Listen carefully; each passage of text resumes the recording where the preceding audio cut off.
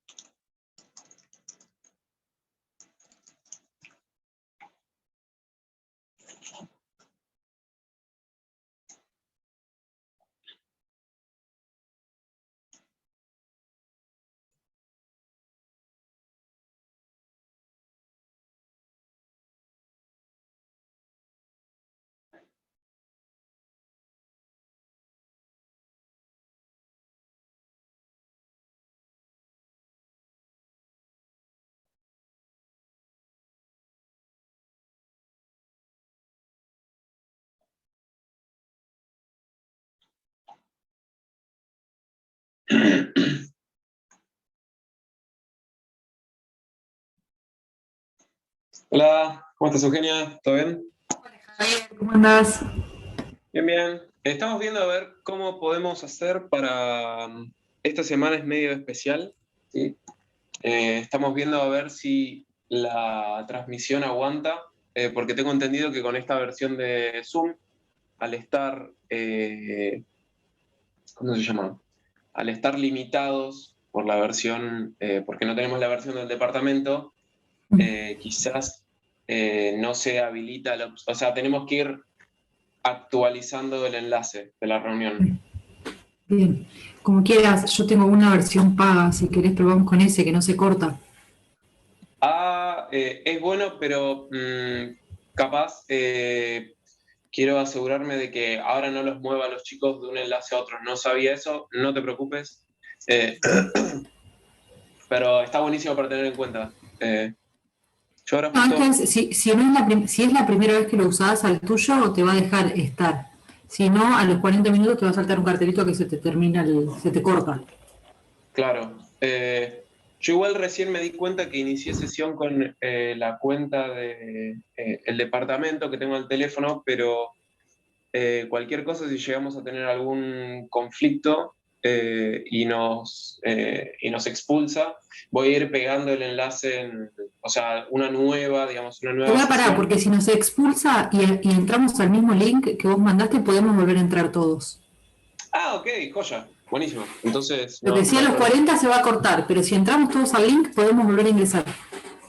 Ah, listo, joya. Yo la verdad que no había hecho la prueba, pero está bueno tenerlo eso en cuenta porque sí, yo le puse duración de 2 horas, digamos, a la reunión, pero la realidad es que no sabía si capaz tenía que, no sé, que cambiaba la contraseña, cambiaba el enlace o algo de eso.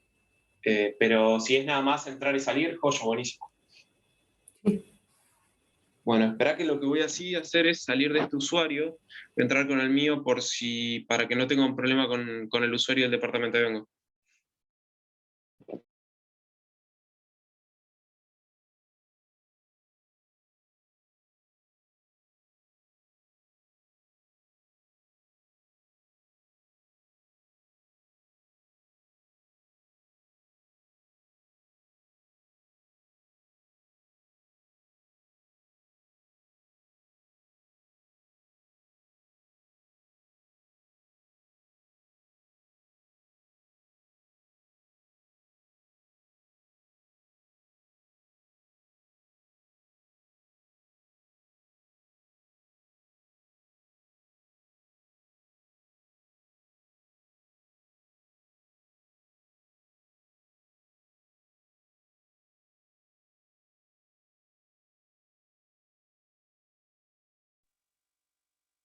A ver ahí, se escucha todo, ¿no?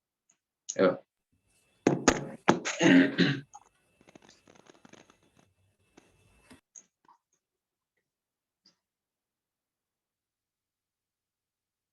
Bueno, cualquier cosa igual les digo, chicos, a los que están, hola, ¿cómo andan? Yo sé que ustedes tienen un grupo de WhatsApp, si pueden mandarles el enlace de la reunión esta, buenísimo, porque quizás no todos llegaron a conectarse al grupo a la página de aulas, así que si están conectados, si los tienen en el grupo de WhatsApp y pueden pasarles el aviso, se los agradezco un montón porque es medio entre una semana de finales eh, y además que estamos como que avisamos así con poco tiempo, si tienen los medios más efectivos, mejor. Pero por ahora creo que le llegó el mensaje. Ahí abajo ya. Esto es, a ver qué pusiste. Ah, ese es el de acá. No, lo mismo, es la sala esta, pero por las dudas, por si no lo vieron desde el campus. A mí también me llegó tu mensaje, pero por las dudas.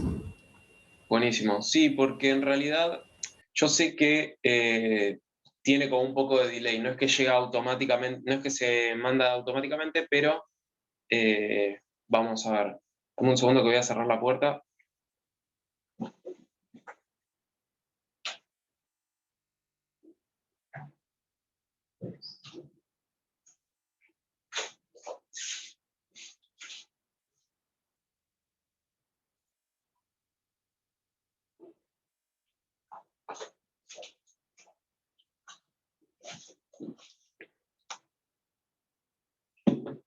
Bueno, si les parece, para aprovechar también el tiempito, les arrancamos ahora más o menos. Bueno, para empezar, buenos días a todos. Les agradezco un poco que se hayan podido sumar, porque la verdad es que es un día que capaz tuvimos que hacer algunos cambios sobre la marcha porque estamos en semana de finales. Habrán visto que hay novedades, nos está acompañando, yo te tengo acá al costado, Eugenia, eh, te tengo acá a la izquierda, así que nos va a estar acompañando hoy Eugenia con la clase. Eh, la idea es poder repasar algunas cuestiones que hayan quedado pendientes del trabajo práctico 4, algunas cosas que escribieron en el foro, en el buzón. Eh, Antes que nada les aviso que quizás como estoy desde una cuenta personal y quizás se corte y demás y haya alguna interrupción, quizás tengamos que salir o nos llegue un aviso de salir y volver a entrar. Vamos a intentar hacerlo lo más fluidamente posible eso. Eh, Más o menos teniendo en cuenta cuántos somos los asistentes, también vamos a ver si, para que nadie quede perdido en el medio de eso, ¿sí? Eh, Ahí recién Eugenia hace un ratito copió el enlace digamos, y las credenciales para entrar y manejarnos. Cualquier cosa, si llega a haber alguien que en el medio del pase se quedó afuera, les pido que me avisen. Yo estoy un poco acá con el chat intentando darlos a todos de alta para que estén, eh, pero pero bueno, la idea es que no quede nadie colgado en el medio de este paso de cada 40 minutos que alguien queda afuera y demás. Así que vamos a ponerle la mejor para resolver un poquito estas barreras que son más tecnológicas que otra cosa. Bueno, con relación a los temas que un poco vi en el foro y que levanté, yo encontré estos temas, ¿no? Y que quizás me gustaría detenerme hoy. Primero y principal, la idea del poder constituyente originario y derivado, ¿no? Y algunas, o sea, los elementos y algunos aspectos que surgen a partir de esta distinción, ¿no? Los límites en el poder constituyente, y acá nos vamos a inclinar sobre todo sobre la lectura de Vidar Campos. Después, la cuestión entre el ejercicio y la titularidad del poder constituyente, que también surgió en algunas consultas, y que esto nos remite al texto de Quiroga, Lavie, Benedetti, Senica, Celaya, y después hacer un punteíto rápido, ¿sí? Sobre las funciones del Congreso de la Nación, cómo las entiende y cómo las clasifica Quiroga, Lavie, Benedetti, Senica, Celaya, y un poquito también detenernos digamos, en la parte más práctica del análisis del documento de la ley de la interrupción voluntaria del embarazo, ¿sí?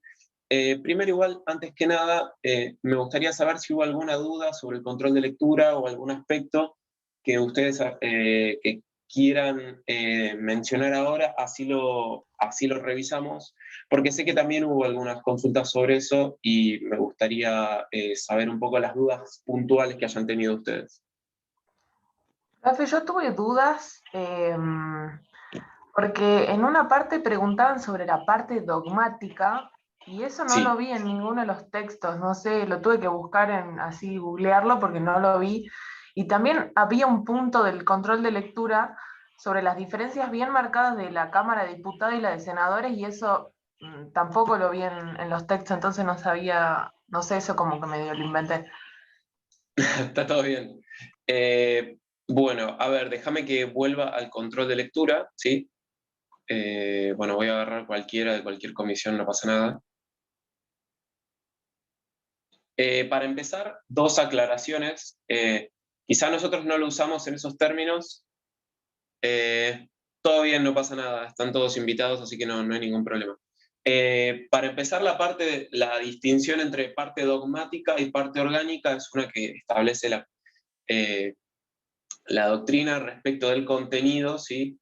Que se divide en dos partes. Por así decirlo, la parte dogmática corresponde a la parte de derechos, declaraciones y garantías, ¿no? Del artículo 1 al 43, y después le acontece la parte orgánica, ¿sí? Que habla más bien, en lugar del plexo valorativo y ideológico, respecto de, si se quiere, los derechos, las declaraciones y garantías, lo que hace es, en la parte orgánica, se establecen un poco los poderes constituidos, eso lo vamos a ver un poquito hoy, cómo están compuestos, cuáles son sus atribuciones, sus funciones, en qué ámbitos se desempeñan, las condiciones para formar parte de estos y demás, ¿sí? Eh, Quizás esa es una tipología que no la explicitamos, así que aprovecho esta oportunidad para hacer esa distinción. La Constitución en realidad se divide como en partes, ahora así se los muestro, ¿no? Pero ustedes ahí lo están viendo, ahí va. Si se fijan, en la primera parte, ¿no? Tenemos derechos, declaraciones y garantías, ¿no? Esto es una serie de artículos. Esta sería toda la parte, digamos, dogmática. Y después acá tenemos la segunda parte, ¿sí? Dice segunda parte, autoridades de la nación, título primero, gobierno federal, sección primera del Poder Legislativo, y empieza, ¿sí? En este sentido, acá, de acá en adelante, ¿no? Que tendríamos la parte orgánica, ¿sí? Eso es una aclaración que quizá nosotros la dimos por sentado, que quizá no la explicitamos en todas las comisiones, así que aprovecho esta oportunidad y te pido disculpas si capaz, si no lo anticipamos, si generamos a partir de eso una confusión o algo que genera un obstáculo que no lo hubiéramos visto, digamos. Eh, con referencia a la segunda consulta, no me acuerdo qué es lo que dijiste bien, así que podrás repetirlo. Sí, o sea, había un punto del control de lectura que decía qué hacía cada cámara de diputados y de senadores. Y no sé si a mí se me pasó por alto, pero no vi algo que decía así bien las diferencias de cada uno. En realidad, a ver, es importante que sepan todas las cosas concretas siempre que hacen todas las cámaras de senadores. No, en realidad a nosotros nos importa que podamos establecer algunos criterios generales, ¿no? Respecto de a cuál le corresponde ser cámara, digamos, iniciativa, ¿no? Cámara de origen en un proceso, y a cuál le corresponde ser la cámara revisora, por lo general, ¿no? Ese es un poco el criterio general, porque después en la mayoría de los casos es indistinta. Ahora bien, existen algunos casos concretos digamos, que un poco delinea la doctrina y, bueno, y obviamente también delinea la Constitución, donde van a actuar, ¿sí? Obligadamente como cámara de origen, ¿sí? En este sentido, lo importante es poder identificar algunos casos, ¿sí? Para poder... ¿Ustedes ahora alcanzan a ver el control de lectura? Sí, ¿no? Sí, Si se fijan, vos te referís a este a esta pregunta, por ejemplo. sí, a esa y a una que había que elegir, o sea, eran varios dichos y vos tenías que elegir si correspondía a Cámara de Diputados o de Senadores. Está entre las Bueno, últimas preguntas eso, bu- la elección. claro, o sea, por una parte en esta consigna, por ejemplo, lo que se ve visibilizado en realidad son más bien los criterios para formar parte de la Cámara de Senadores y a quienes representa, ¿sí? En este sentido, nosotros nos apoyamos en el artículo 55, ¿sí? Donde se establecen, ¿no?, los requisitos, que en un caso también hubo una consulta respecto de los 2.000 pesos fuertes, que es una referencia más bien histórica, ¿no? Pero que es un guiño hacia cómo se ha pensado, ¿no?, la pertenencia quizás de los representantes de las cámaras de diputados y senadores a una clase económicamente pudiente, si se quiere, ¿no? Hoy en día no existe ese requisito como tal, pero sí hace alusión quizás a una composición con bastantes medios económicos y que un poco el criterio y el objetivo era que, digamos, que por una cuestión económica no se vieran sesgados nuestros representantes en la toma de decisiones. Ainhoa dice, había un punto donde decía que los requisitos para ser senador eran los mismos que para ser presidente, pero en el mismo caso había que tener solo 6 años de ciudadanía y en el segundo hay que ser argentino nativo. Muy bien, ese es un caso bastante especial que se estableció que supuestamente para ser presidente hay que ser argentino nativo, ¿sí? Es un caso bastante finito, por así decirlo. Ahora lo voy a buscar, pero te pido disculpas si cometimos el error, porque quizás haya sido un error humano de que cargamos mal una pregunta, ¿sí? A ver, este es el de los límites, un segundito. Las funciones del Congreso, estas son más bien de la doctrina, ¿sí? La Cámara de Diputados. Por este lado, digamos que ya tenemos cubiertos acá las dos cámaras.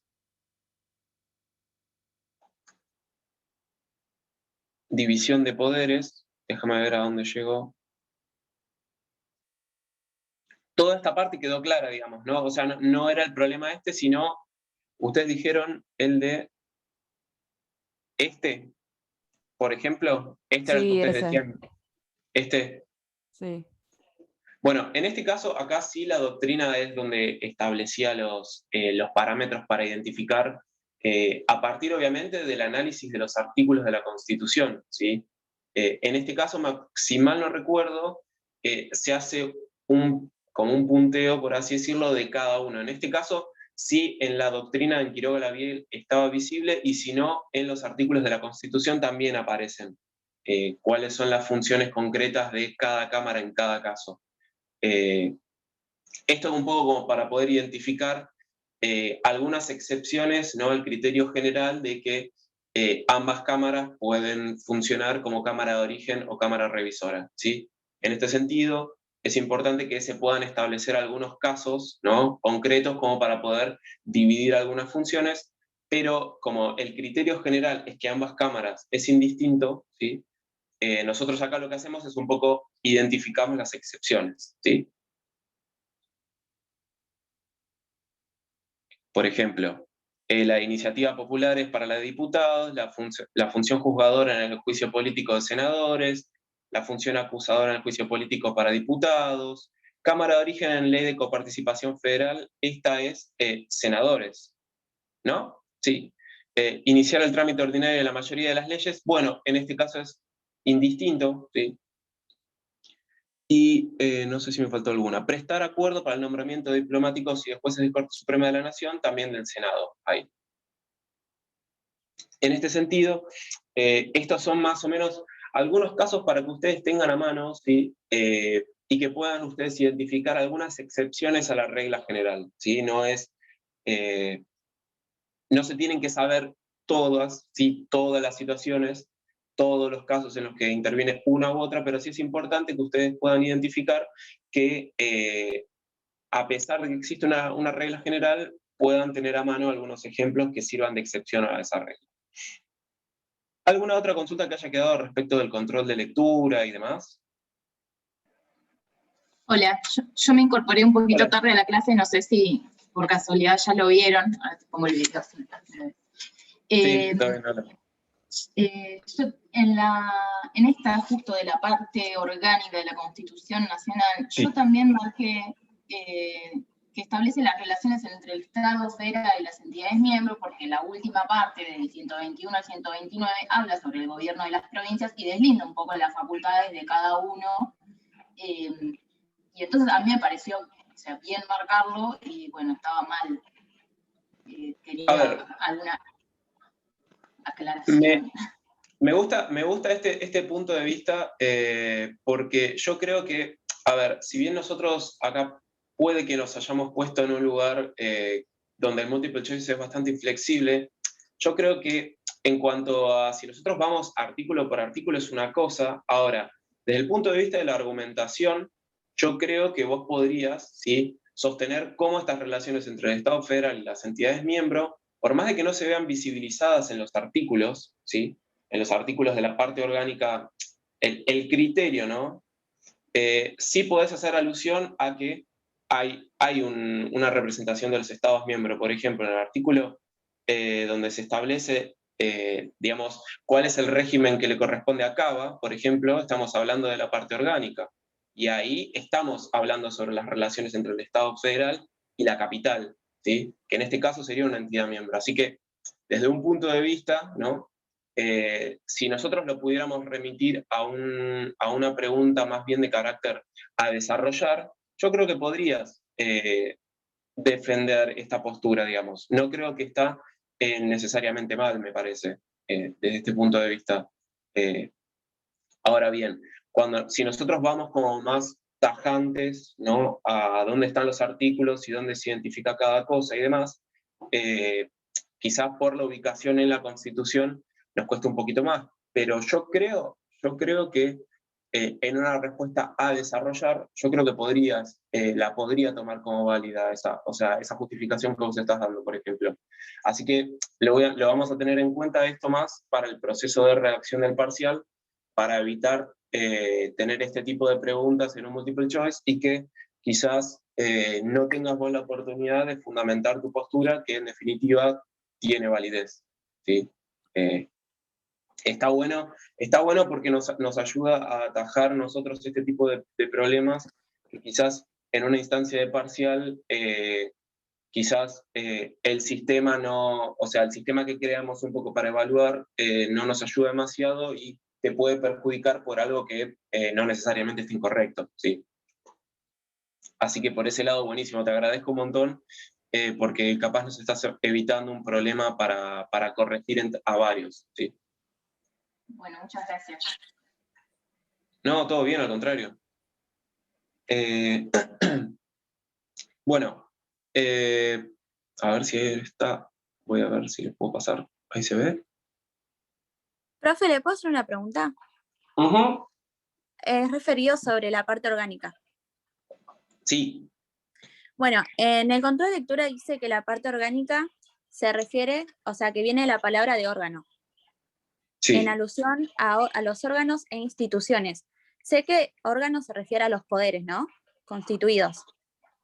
En este caso, sí, a grosso modo podríamos hablar de los poderes constituidos. Y después dice que a instituciones, pero no sé a qué se refiere cuando dice instituciones. Bueno, ahora igual le íbamos a tocar un poquitito de ese asunto, pero la idea es que cuando nosotros estamos hablando de la parte orgánica, no solamente nos estamos refiriendo a los poderes constituidos como la tríada de poderes tradicional, ¿sí?, el poder ejecutivo, el legislativo y el judicial, sino que también nosotros lo que estamos teniendo en cuenta es toda una serie de órganos que están en el margen o al margen, ¿sí?, de estos tres poderes que tenemos enunciados, porque dentro de esos órganos nosotros estamos dejando afuera a otros, ¿sí? En este caso nosotros utilizamos una categoría, ¿sí?, una categoría que en realidad la incorpora Vidal Campos, que es la de órganos extrapoder, ¿sí? En este caso nosotros como identificamos, para darte un ejemplo, al Poder Ejecutivo como un órgano unipersonal, nosotros en este sentido encontramos una serie de órganos que trabajan al margen del Poder Ejecutivo, pero que desempeñan funciones, ¿sí?, en su esfera, ¿sí? En este sentido nosotros encontramos al vicepresidente, ¿sí?, al jefe de gabinete de ministros y a los demás ministros del gabinete, ¿sí? En este sentido, ellos no integran el Poder Ejecutivo, ¿sí? No lo integran por esto de que, volvemos, el Poder Ejecutivo es unipersonal, pero desempeñan funciones en el ámbito de este poder, ¿sí?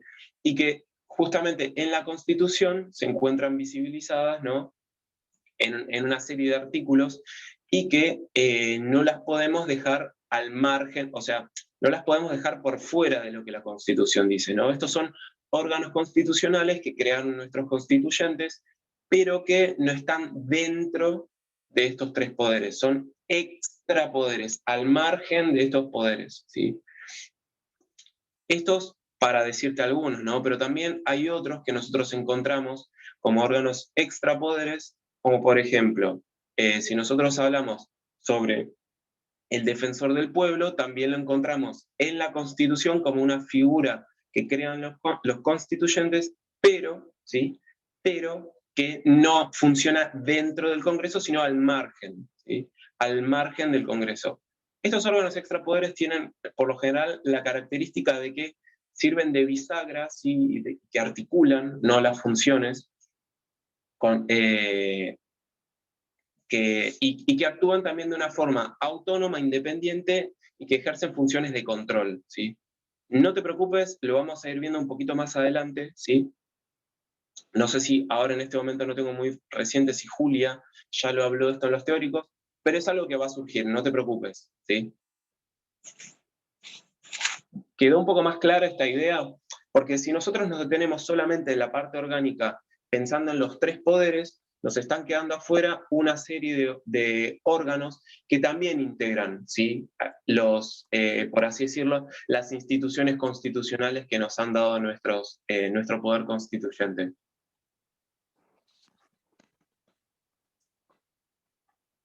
Gracias, profe, ahora sí. De todos modos, hey, buenísimo, mira, dice, Zoom me hace un regalo, me dice que sacó el límite de 40 minutos. Genial, no sé. De mi próxima reunión, no sé si es esta, pero bueno, ya veremos. Bueno, cuestión.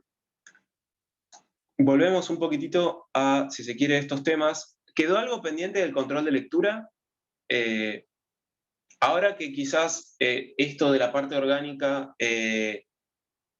ahora que salieron estas preguntas, quizás las voy a tener un poquito más en cuenta de acá en adelante para abordar el tema de cómo encaramos los poderes constituidos, porque me parece que esto es algo interesante para tener en cuenta y que también está bueno generar esta distinción entre la tríada de poderes convencional, ¿no? Hoy vamos a detenernos un poquitito en el poder legislativo, ¿sí? Y además los órganos extrapoder, ¿sí? Así que no se preocupen por eso, nosotros vamos a ir encarándolo hacia ese lado para que quede un poquito más claro, ¿sí?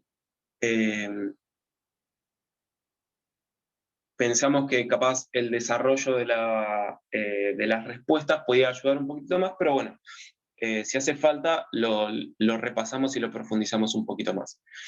Pero bueno, en cuanto a la relación de los temas que nosotros habíamos visibilizado un poco en el foro, repito, hoy vamos a hablar un poquitito del poder constituyente, los límites, la distinción entre el ejercicio y la titularidad del poder constituyente, las funciones del Congreso, que esto ya nos centramos más bien en el poder legislativo, y después volver al análisis del documento, ¿sí?, y los comentarios que ustedes tengan sobre el proceso de producción de la ley de la IVE, ¿sí?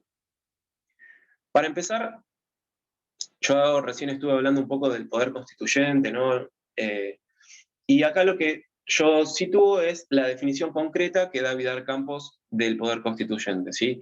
En este sentido, nosotros vamos a poder identificar que es el poder que constituye o que da constitución al Estado.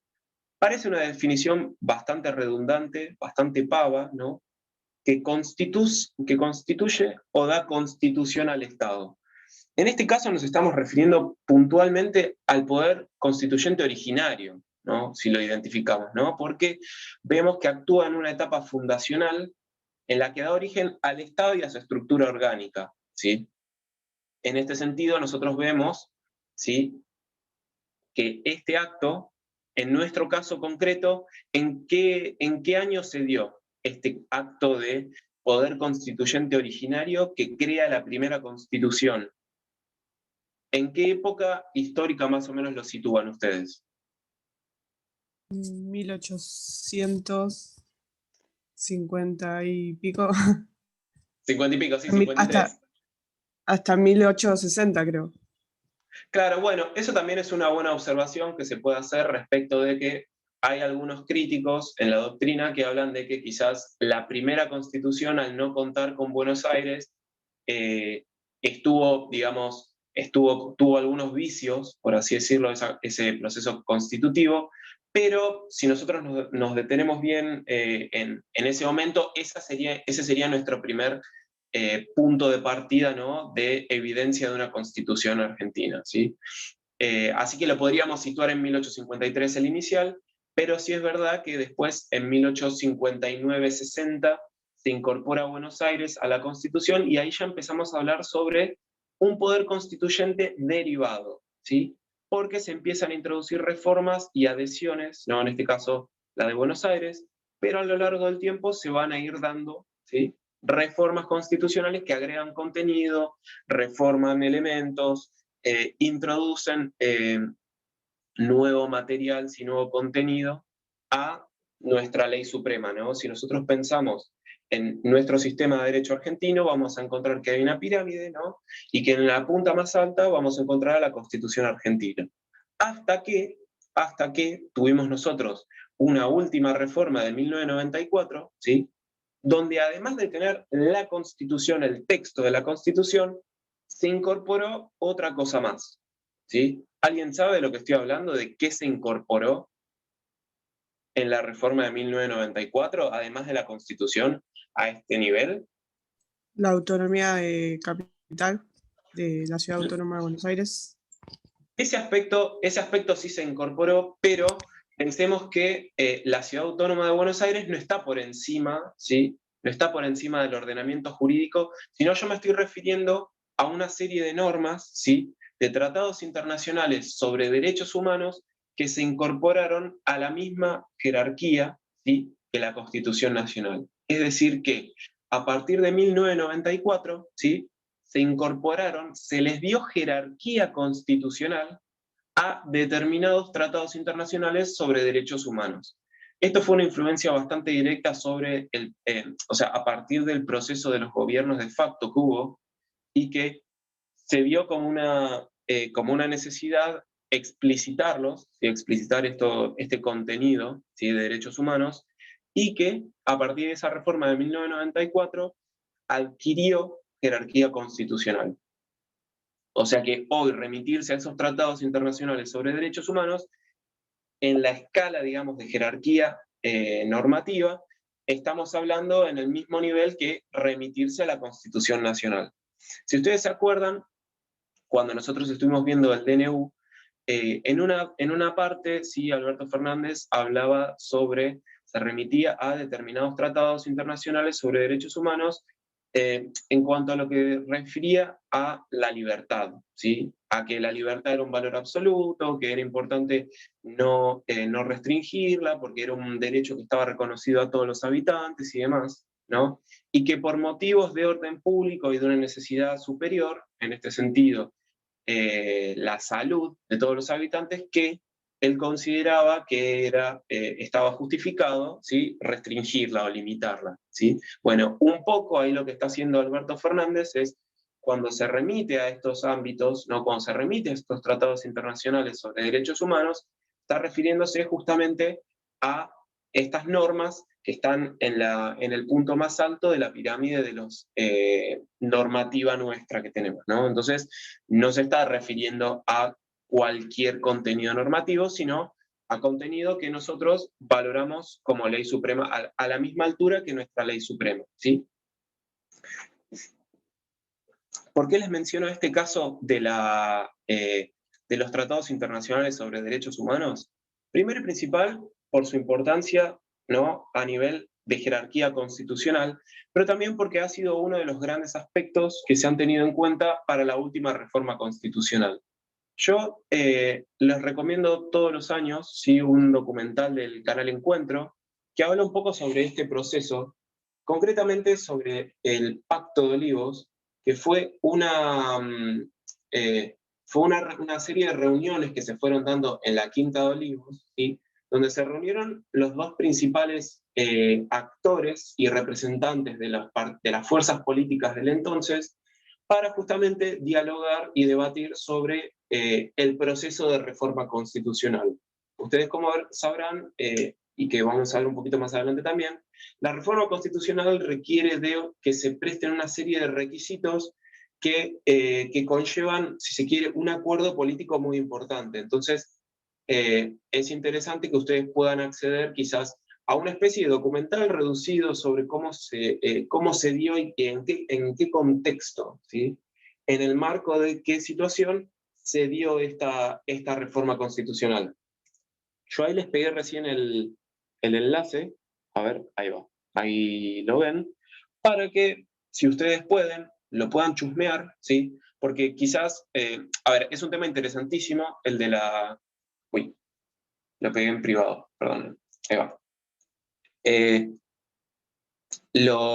Para que ustedes puedan verlo en un rato, para que ustedes puedan un poco contextualizar esto, que si bien no ha pasado esto hace siglos atrás, sí es algo que es relativamente cercano a nosotros en tiempo, ¿sí?, y que digamos que sus repercusiones al día de hoy, ¿sí?, todavía se están como manifestando, ¿sí? Entonces, me parece importante que ustedes puedan mirar ese documental, que ustedes puedan conocer un poquito las figuras políticas de aquel entonces, ¿no? Las dos figuras, en ese caso, que encabezaron el proceso, un poco fueron Alfonsín y Menem, que fueron dos expresidentes de nuestro país. Hoy ya están difuntos, fallecieron los dos, pero digamos que fueron figuras emblemáticas de la política argentina. Así que yo se los recomiendo que lo miren, así le pueden echar un vistazo y pueden un poco también empaparse con la historia de cómo fueron los sucesos que acontecieron hasta la última reforma constitucional, ¿sí? Es una recomendación, obviamente es algo que aporta y que espero que les sirva, pero bueno, yo creo que es como una forma de refrescar un poquito la historia argentina. Ahora bien, volvemos un poquitito a lo que nos traía con el poder constituyente, ¿no?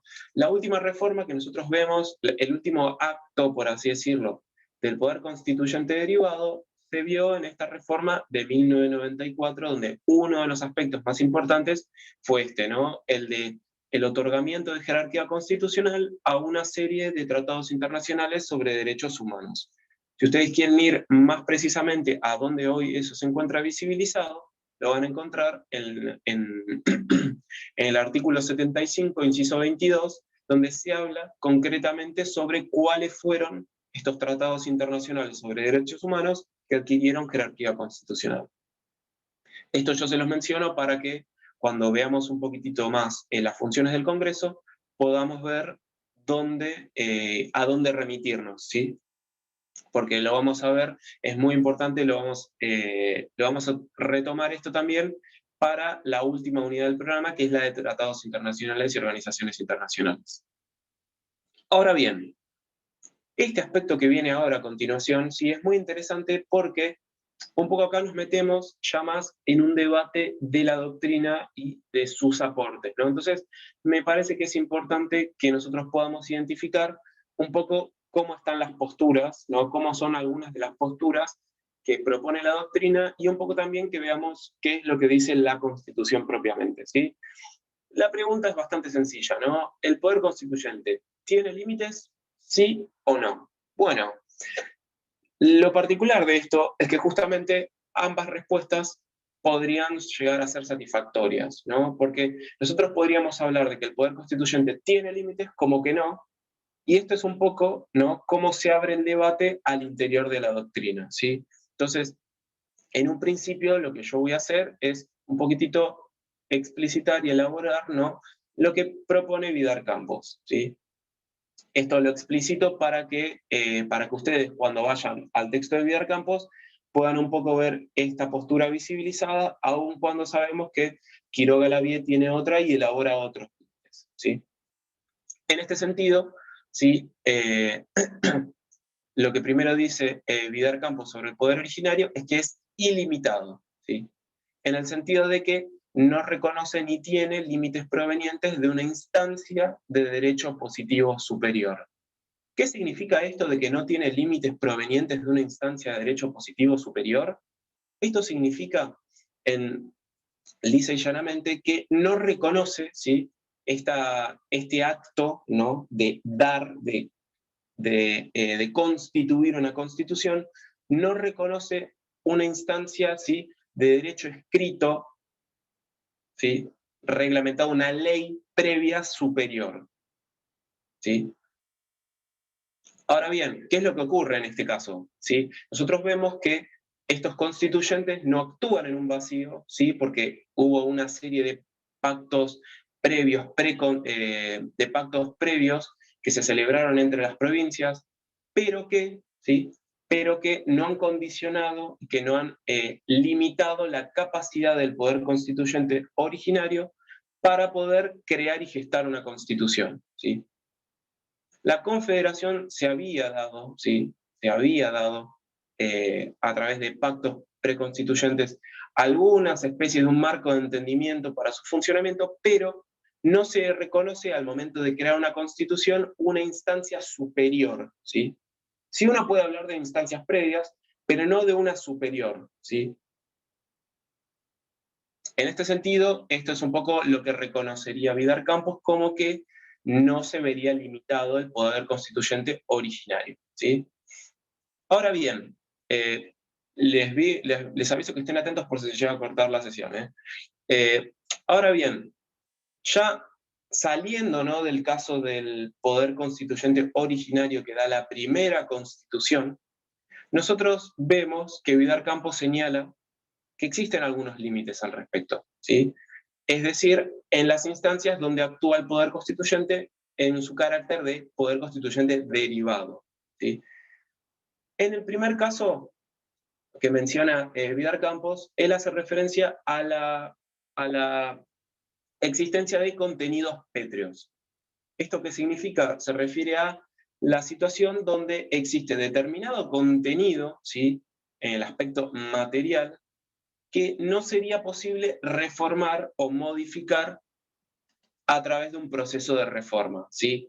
Porque desde el punto de Vidar Campos, modificar o trastocar este contenido estaría un poco desfigurándose o desvirtuándose lo que se entiende hoy por el Estado argentino. Entre estos elementos que Vidar Campos reconoce como contenidos pétreos, ¿sí?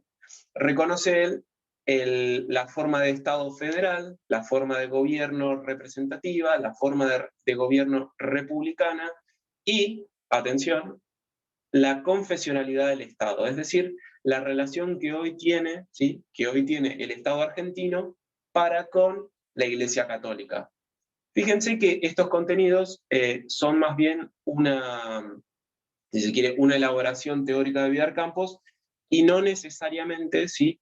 y no necesariamente es algo que hayan identificado los constituyentes, ¿sí? Si nosotros nos remitimos, y ahora vuelvo de nuevo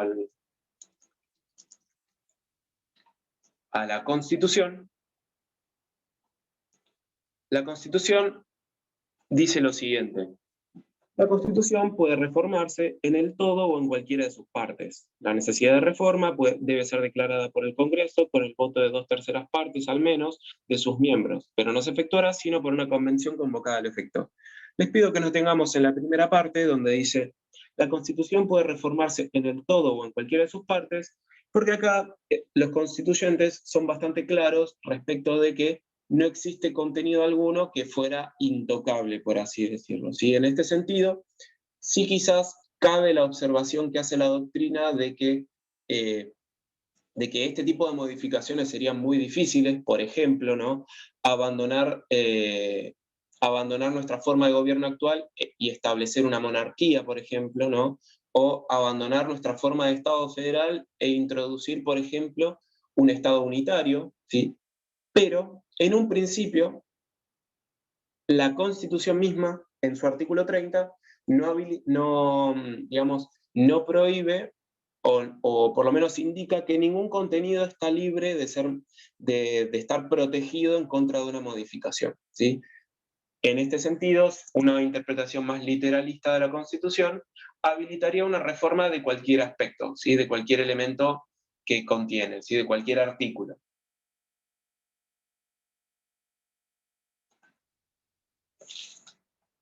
Ahora bien, otra limitante, ¿no?, que supuestamente propone Vidar Campos se remite más bien a los aspectos formales del proceso de reforma constitucional, ¿sí? Como nosotros sabemos, y leí recién, el proceso de reforma constitucional requiere de una mayoría especial de los 2/3, ¿sí?, de los votantes del Congreso, que esto es un poco el motivo por el cual se requiere un gran acuerdo político, ¿no? Porque es muy difícil, si nos ponemos a pensar, que una fuerza política oficialista consiga más del 66% del Congreso, ¿no? Entonces, se requiere, ¿no?, que haya una gran alianza política de parte del oficialismo y de la oposición para poder declarar, ¿sí?, con estos 2/3, la necesidad de la reforma constitucional, ¿sí? En este sentido, en el Congreso se inicia un proceso por el cual se declara la necesidad de la reforma constitucional. Ahí voy, Camila. La idea es que se declara la necesidad de la reforma constitucional, donde se convoca una convención constitucional, ¿sí?, una convención constituyente, ¿sí?, en la cual se va a llevar a cabo y se van a delimitar las tareas, ¿sí?, de reforma constitucional, porque justamente en este proceso de reforma constitucional se debe delimitar, ¿sí?, sobre qué aspectos de la Constitución se van a trabajar, qué material se va a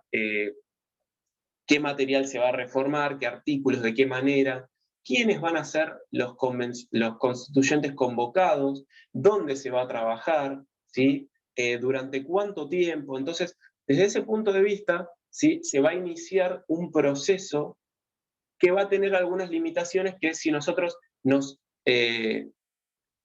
propasáramos, ¿no?, nos excediéramos en este acuerdo, ¿sí?, de reforma constitucional, carecería de validez el proceso. Les pongo ejemplos un poco como exagerados para poder visibilizar esto. Imagínense si hoy Alberto Fernández llevara al ejército al Congreso y dijera, bueno, quiero introducir una reforma constitucional. Bueno, eso no sería un proceso que respete, ¿sí?, los mecanismos constitucionales para llevar a cabo una reforma constitucional. Para poder llevarla necesitaríamos, ¿sí?, de esta votación que se dé en el ámbito del Congreso. Si la Convención Constituyente se excediera en el contenido que tiene permitido reformar, también carecería de validez el proceso. Si el proceso está delimitado a que se lleve a cabo en 3 meses y el proceso dura 2 años, estamos en la misma también. Se está excediendo, ¿sí?, esos límites que están pactados y que por ese motivo también el proceso carecería de validez. Entonces, desde este punto de vista, ¿sí?, Vidar Campos identifica, ¿no?, que hay límites formales con relación a el proceso de reforma constitucional y que si no se cumple con estos requisitos, el proceso de reforma constitucional carecería de validez, ¿sí? Vuelvo ahora a tu pregunta, Camila. Dice, profe, con respecto a la confesionalidad del Estado me genera una duda. Si se quisiera proponer una reforma de confesional a Estado laico, ¿esto no se podría llevar a cabo por ser un contenido pétreo? Bueno, a ver, un poco lo que plantea la doctrina, lo que plantea precisamente Vidar Campos, es que este sería un contenido que no podría modificarse, ¿sí? En este sentido, esa es la postura de Vidar Campos, que habla de que existen determinados contenidos, ¿no?, de la Constitución que no podrían ser modificados. Ahora bien, lo que ocurre, me parece a mí que es ya un poco más como pensando también quizás en todo lo que ha evolucionado, si se quiere, por así decirlo, esta corriente, ¿no? Lo que podemos ver es que el derecho va evolucionando conforme a las necesidades y a la realidad, ¿no?, que atraviesa la sociedad. Entonces, desde este punto de vista, ¿sí? Desde este punto de vista, yo creo que sería muy difícil argumentar que existe contenido intocable o inmodificable, ¿sí? Yo creo que esto corresponde más bien a una observación que hizo Vidar Campos en un momento dado, pero a mí me parece que está bueno poder pensar, y que además la Constitución misma habilita, ¿no?, es la reforma a cualquiera de sus elementos, por más que quizás para Vidar Campos, al momento de escribir este tratado, resultara descabellado, ¿no? Pero en la realidad, sí, nada impide que se pueda modificar, algo como la confesionalidad del Estado. Obviamente para eso lo que se necesitaría es llevar adelante una reforma constitucional y obtener el apoyo, ¿no?, del sector político para que en el Congreso se pueda someter eso a votación, ¿sí? Déjenme, voy leyendo algunas de las cosas. Profe, ¿las enmiendas que introduce el Poder Constituyente derivado se refieren a los artículos? Bueno, vamos a hacer algunas aclaraciones acá. A mí me interesaría que hablemos más bien de reformas, porque enmiendas me parece que remite a otro sistema de derechos, y particularmente Estados Unidos. Ellos se manejan con un sistema de enmiendas que opera de otra manera, y yo preferiría que hablemos de reformas, ¿sí? Entonces, desde este punto de vista, cuando nosotros hablamos de las instancias en las que actúa el poder constituyente derivado, sí podemos hablar de reformas, ¿sí? De hecho, algunos autores hablan de poder constituyente derivado o reformador, ¿sí? Ahora, la posibilidad de reformar artículos es la que tiene a su disposición el poder constituyente sí derivado. Ahora, no necesariamente cuando hay una reforma constitucional se tienen que reformar todos los artículos. Eso me gustaría que quede claro. O sea, por lo general, los procesos de reforma constitucional lo que hacen es, se introducen nuevos artículos, algunos se reforman, se cambia el orden, ¿no? Obviamente, se van agregando artículos, pero no necesariamente una reforma constitucional conlleva, ¿sí?, conlleva cambiar todos los artículos de la Constitución. De hecho, por lo general se elige como un puñado de artículos, ¿sí?, que se van agregando. Ainhoa dice, pero ¿no hay otros autores que sostienen que no se pueden abolir, pero sí modificar? Me gustaría que un poco elabores esta pregunta porque no sé si te estás refiriendo a quitar artículos de la Constitución en el sentido de abolir. No sé si te estás refiriendo a eso. Los contenidos pétreos me refería. En realidad, repito, esta idea de los contenidos pétreos es un concepto que introduce Vidar Campos, ¿sí? Y de hecho, muchos otros doctrinarios se refieren un poco como a los contenidos pétreos de Vidar Campos.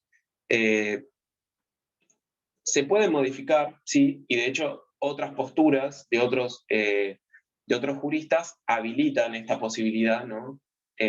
O la introducen como un límite más, ¿sí?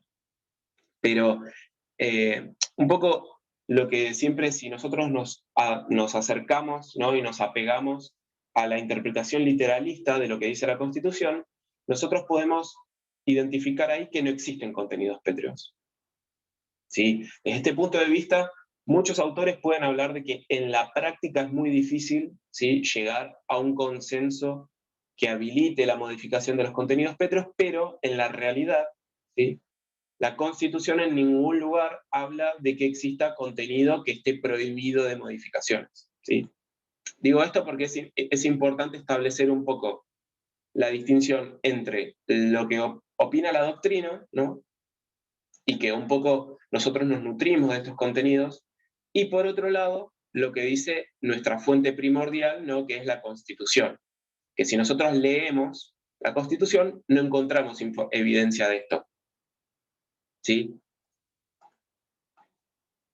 Acá me parece que es importante que nosotros esto lo tengamos en cuenta porque justamente podemos encontrar instancias donde se da una disonancia entre, si se quiere, uno de los autores que nosotros leemos, ¿no? Y el contenido que dice explícitamente la Constitución. Y por último, en relación con, en cuanto a materia de límites, también lo que identifica Vidar Campos son límites por fuera, ¿sí?, del contenido propio de la Constitución. A esto se refiere con heterónomos, ¿sí?, distinta norma, ¿sí? Y en este caso nosotros lo que identificamos son los límites propios establecidos por el derecho internacional y las organizaciones internacionales a las que nosotros adherimos, y los tratados sobre derechos humanos, ¿sí? Que también en este sentido no podríamos interferir con ellos, justamente porque nosotros hemos, a partir de nuestra reforma del 94, los hemos recepcionado en nuestro derecho argentino y les hemos dado la jerarquía constitucional, o sea, nuestra jerarquía más alta, ¿sí?, en nuestra pirámide del derecho, ¿sí? Así que esos serían un poquito los límites que establece Vidar Campos, ¿sí?, para el poder constituyente.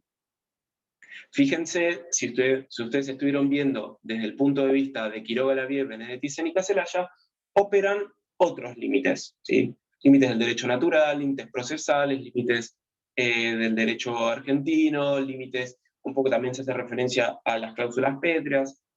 Yo un poco hice una síntesis de lo que opina Vidar Campos, porque justamente es un texto más cortito que le estamos dando un poquito más de atención ahora este año, pero ustedes obviamente si llegan y les resulta más cómoda la argumentación de Quiroga Lavie, también es bienvenida, ¿sí?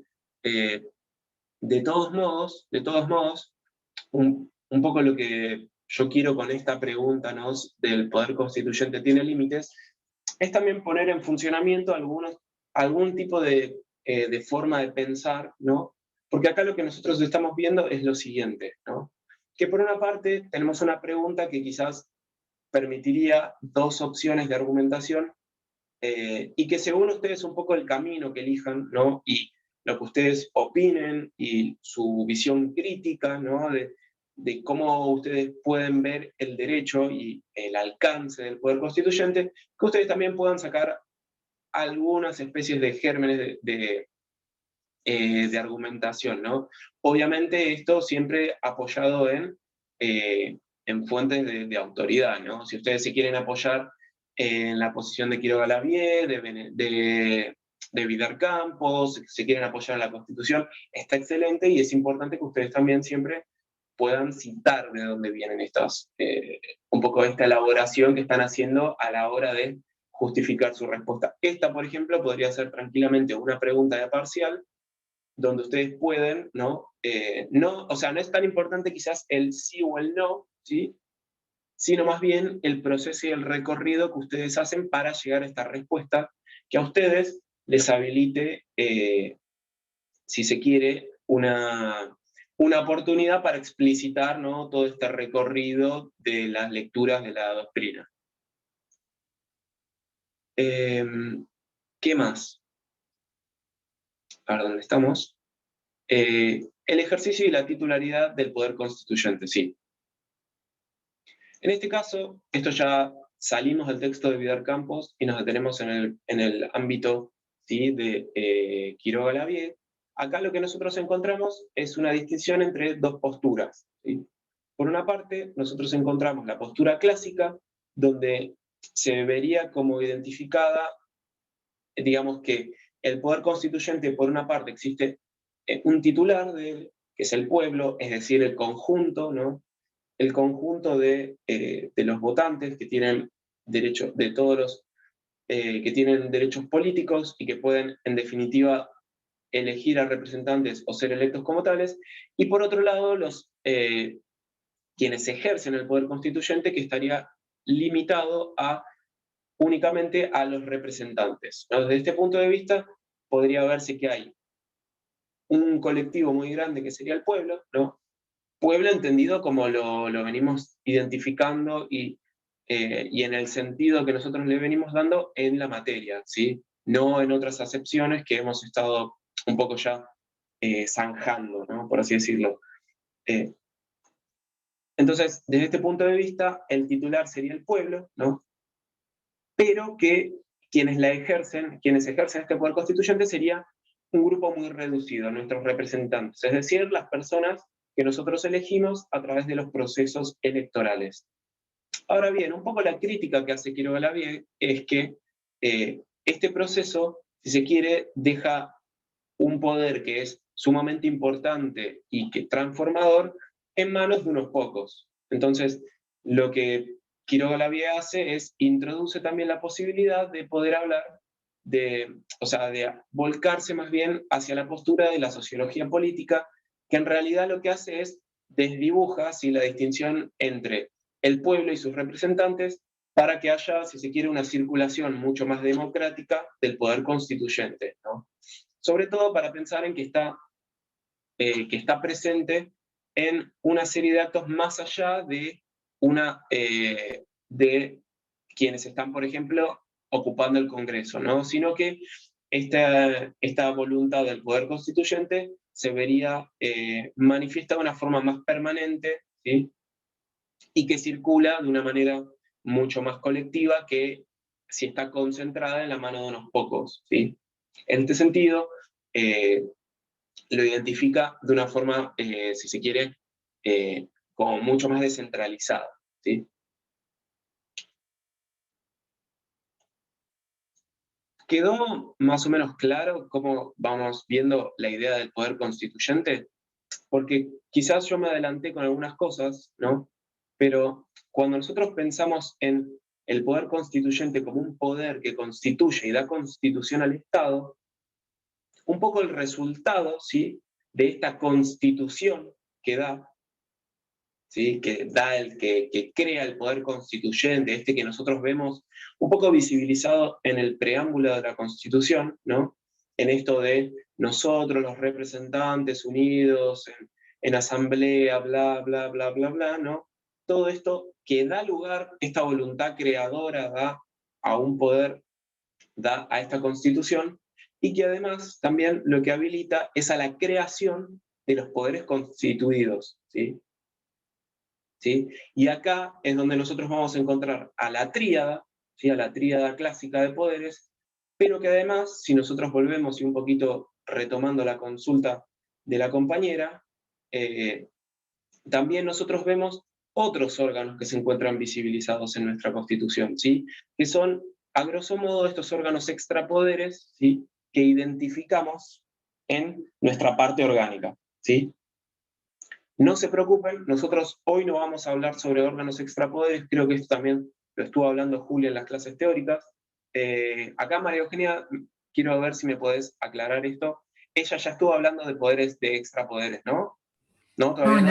en la clase del martes terminamos de ver autonomía y en la clase del jueves tengo entendido, o sea, en la clase de ayer, que empezó a haber proceso de formación de leyes. Ok, bueno, digo, porque no quiero anticiparme quizás a una explicación que va a dar Julia, pero cualquier cosa, si no se llega, no, extrapoderes, órganos son oficiales, son constitucionales, son producto de figuran, fueron creados por los constituyentes, se encuentran en la parte orgánica de la Constitución, ¿sí?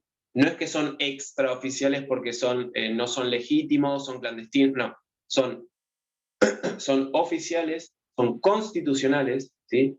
Pero lo que ocurre es que no están dentro, ¿sí?, dentro de la tríada de poderes, sino que se encuentran al margen de esta tríada de poderes, ¿sí? Así es como nosotros los vamos a identificar, y esta figura nosotros la vamos a encontrar en el texto de Vidar Campos también. Ahora no me acuerdo si en el de parte orgánica creo que estaba, que ahí él tipifica un poco los órganos extrapoder, y que después nosotros los vamos a ir identificando, ¿no? El Ministerio Público, vamos a identificarlo en la esfera del Poder Judicial, vamos a identificar al vicepresidente, bueno, a la vicepresidente hoy, al jefe de gabinete y a los ministros en la esfera del Poder Ejecutivo, ¿sí? y después la Auditoría General de la Nación y el Defensor del Pueblo en el ámbito del Poder Legislativo, ¿sí?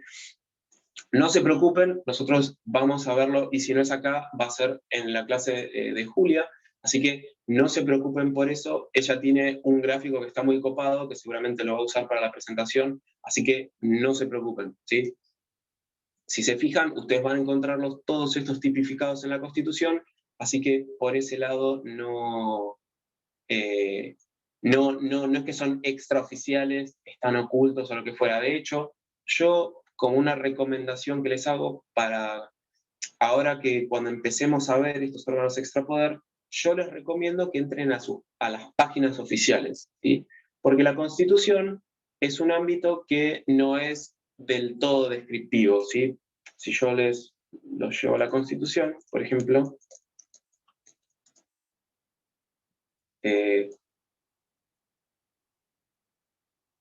les pongo un ejemplo, ¿no? Hoy, como estamos con el Poder Legislativo, este es uno de ellos, ¿no? En el artículo 86 ustedes lo van a encontrar.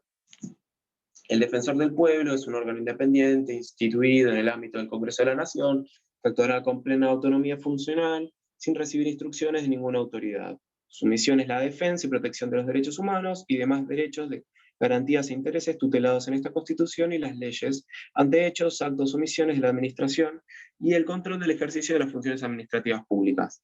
Bueno, después sigue el artículo, ¿no? Pero yo les recomiendo que a medida que vayamos investigando y vayan surgiendo estos órganos extrapoder, que ustedes puedan ir entrando en las páginas oficiales de ellos, ¿sí? Es tan pago como poner Defensor del Pueblo Argentina, ¿sí? Por ejemplo, acá está el de Buenos Aires, pero si ustedes entran al Defensor del Pueblo de la Nación, ustedes pueden encontrar un poco de información sobre cómo funciona, ¿sí?, la institución, quiénes la integran. Bueno, ahora están con un montón de cosas del COVID, pero es muy interesante que ustedes puedan acercarse así, porque la Constitución no nos da demasiada información sobre cómo funciona el día a día y opera, digamos, el órgano, más allá, digamos, de una descripción bastante general, ¿sí? Ahora bien, volvemos un poquitito a la presentación y les quiero llevarlos a la parte sobre las funciones del Congreso de la Nación, ¿sí? Porque recién ahora estaríamos entrando nosotros en el ámbito del poder legislativo, ¿sí? A grosso modo, si ustedes se fijan, la doctrina lo que hace es establece, ¿no?, que ustedes ya lo vieron en el control de lectura, establece algunas categorías para ordenar el artículo 75, ¿sí? Que es donde se establecen un poco las atribuciones y funciones del Congreso de la Nación, ¿sí?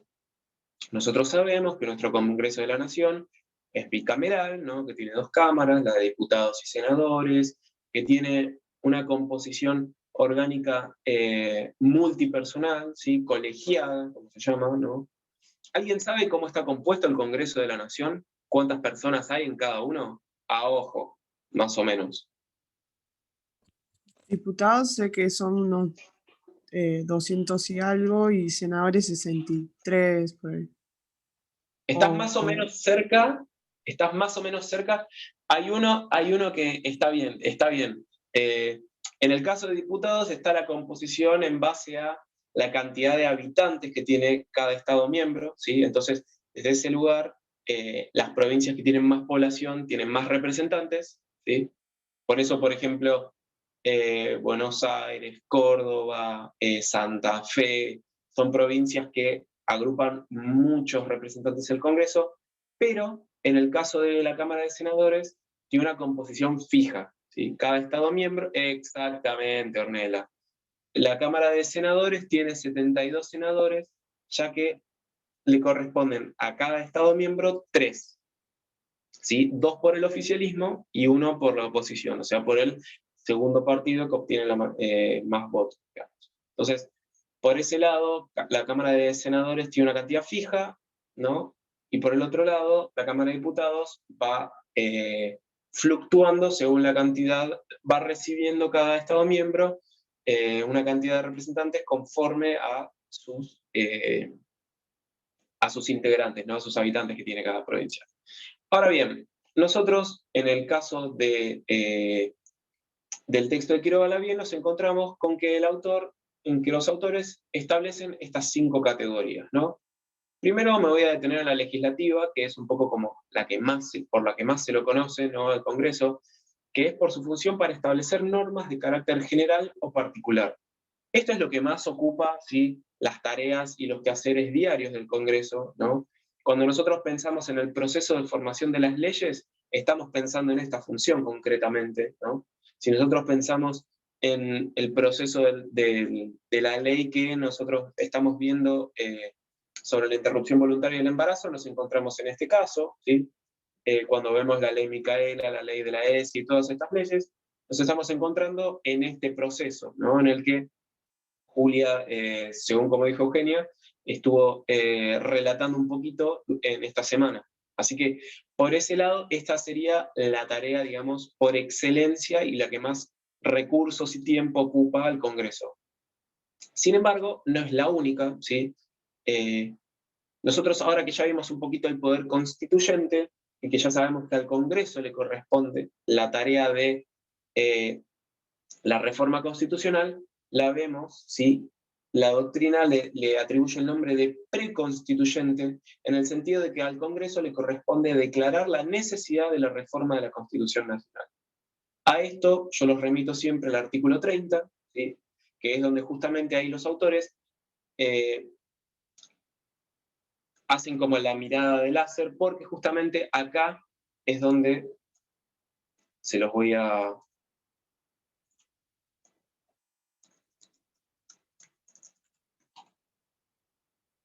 señalar de nuevo, ¿no? La Constitución puede reformarse en el todo o en cualquiera de sus partes. La necesidad de reforma debe ser declarada por el Congreso con el voto de 2/3 partes, al menos de sus miembros, pero no se efectuará sino por una convención convocada al efecto, ¿sí? En este sentido, acá es donde nosotros vemos, ¿sí?, una evidencia constitucional de cómo se lleva a cabo la reforma constitucional y que queda en manos del Congreso este proceso, ¿sí? Por otra parte, ¿sí?, esperen que vuelvo a la diapositiva. En el caso de la función semiconstituyente, acá lo que estamos viendo, fíjense cómo le atribuye el nombre de semi, ¿no? Porque en este caso lo que hace es, se le otorga jerarquía constitucional a los tratados sobre derechos humanos. En este caso, un poco lo que menciona la doctrina es que se estaría llevando una micro reforma constitucional, porque no ocurre como en el caso de la preconstituyente, que se pueden modificar artículos y que se genera una convención constituyente y demás, pero sí lo que ocurre es que se incorpora contenido de jerarquía constitucional, ¿sí?, a nuestro sistema de derecho, y que por lo tanto también además se requiere una votación y una aprobación del Congreso de las 2/3 partes, ¿sí? Esto es muy cercano a una reforma constitucional, es como una especie de micro reforma constitucional, ¿sí?, pero es un proceso distinto al de reforma constitucional tradicional. Al respecto, la Constitución dice lo siguiente. Bueno, le corresponde al Congreso de la Nación, corresponde al Congreso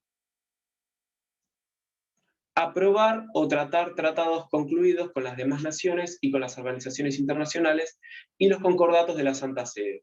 Los tratados y concordatos tienen jerarquía superior a las leyes.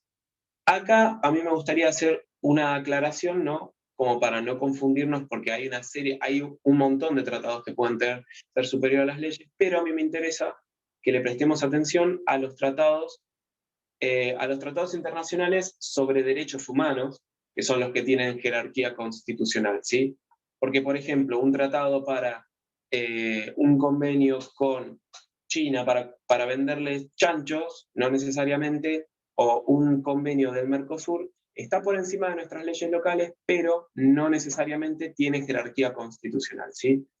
Ahora bien, fíjense lo que dice la Constitución en el artículo 75, inciso 22, respecto de la incorporación de nuevos tratados. al respecto dice, en